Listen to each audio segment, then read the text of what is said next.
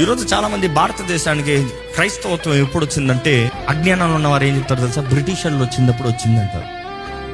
That is wrong answer. Yesu ప్రభు శిష్యుడే, 12 మంది శిష్యులు ఒక శిష్యుడే తోమా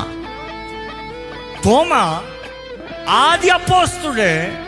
యేసు ప్రభు మరణించిన తర్వాత ఈ భారతదేశానికి వచ్చాడు. సువార్తను తీసుకొచ్చాడు. అంధకార లోకమని రాయబడిన మన భారతదేశాన్ని ఈ నోటెడ్, ఈ కేమ్ డౌన్ కేరళ వైపుగా మొత్తం తిరిగి తమిళనాడు, చివరికి ఎలా చచ్చాడు తెలుసా?